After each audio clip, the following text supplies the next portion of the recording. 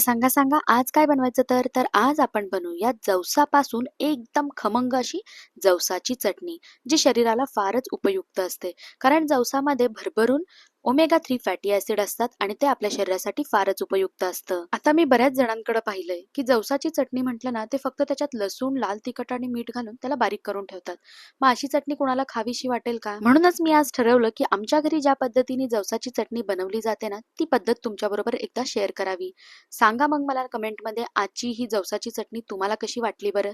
चला तर मग आपण रेसिपी बनवायला स्टार्ट करूया. तर इथं मी सगळ्यात अगोदर एक वाटी भरून जवस घेतलेला आहे आणि हे जवस तुम्हाला कोणत्याही किराणा स्टोअर मध्ये एकदम आरामात मिळून जातील. तर इथं मी एक वाटी भरून जवस पॅन मध्ये घालून घेतलेला आहे आणि आता आपल्याला या जवसाला जोपर्यंत यातून चटचट असा आवाज येत नाही ना, तोपर्यंत गॅसला मंद आचेवर ठेवून आपल्याला याला भाजत राहायचंय. इथे मला जवसाला भाजून घेता घेता 3 ते 4 मिनिटं झालेली आहेत आणि तुम्ही इथं बघू शकता जे जवस आहेत ते हलकेसे उडताना तुम्हाला दिसत असतील. म्हणजे काय, यातून चटचट असा आवाज येतोय. मग इथं आपण काय करणार आहोत, गॅसला मंद आचेवर ठेवूनच आपल्याला इथं आणखीन याला 2 ते 3 मिनिटांसाठी असंच भाजून घ्यायचंय. थोड्या वेळानंतर तुम्ही इथे बघू शकता जवसाचा जो कलर आहे तो पहिल्यासारखा आता दिसत नाहीये. हलकासा डार्क कलर मध्ये जे जवसाचा कलर आहे ते तुम्हाला इथं दिसत असेल. मग आता आपण काय करणार आहोत, गॅसला बंद करून घेणार आहोत आणि या सर्व जवसांना आपल्याला इथं पूर्णपणे थंड करून घ्यायचंय.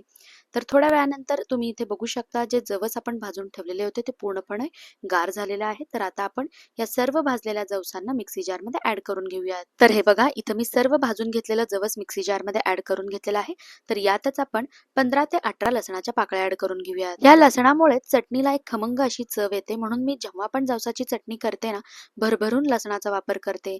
ह्याचबरोबर आता आपण 1 टेबलस्पून एवढं गूळ आणि चिंचेचे 2 छोटे तुकडे आणि 3 टीस्पून इतकं लाल तिखट इथं मी ऍड करून घेतेय. तिखटाचं प्रमाण तुम्ही तुमच्या आवडीनुसार कमी जास्त करू शकता. आता मी इथं 1 टीस्पून एवढं मीठ ऍड करून घेतलेलं आहे आणि आता आपण याला झाकून एकदम बारीक असं वाटून घेऊयात.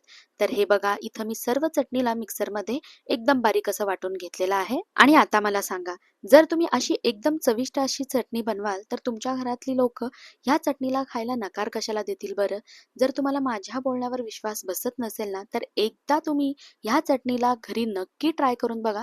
तुमच्या घरातले आवर्जून या चटणीला पुन्हा पुन्हा मागून खातील आणि फक्त मोठेच नव्हे तर लहान मुलं सुद्धा या चटणीला एकदम आवडीने खातील, कारण की ही चटणी लागतेच एवढी भन्नाट. चला तर मग तुम्ही सुद्धा या चटणीला नक्की ट्राय करून बघा आणि जर तुम्हाला माझी रेसिपी आवडली असेल तर लाईक, शेअर, सबस्क्राईब नक्की करा. बाय.